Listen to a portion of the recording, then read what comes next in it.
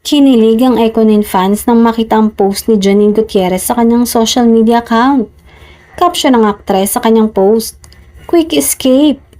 Tingin naman ng kanyang mga tagahanga ay kasama niya ang rumored boyfriend na si Jericho Rosales sa quick escape na yon.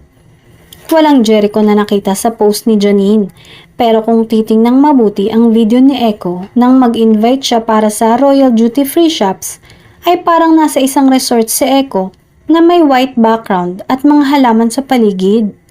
Pati ang kanyang suot na polo na pang-summer. Pinagtugma-tugma ng Ekonin fans ang video ni Echo at post ni Janine na tila nasa iisang lugar lang ang dalawa. Ibig sabihin ay magkasama si Janine at Jericho sa quick escape na yun bago pa man magpunta ang aktor sa kanyang event na dadaluhan. Sa bagay, after ilang araw naman ay maglalabas na naman ng ebidensya ang dalawa o di kaya ay isa sa mga kasama nila na magpapatunay na magkasama nga si Jericho at Janine.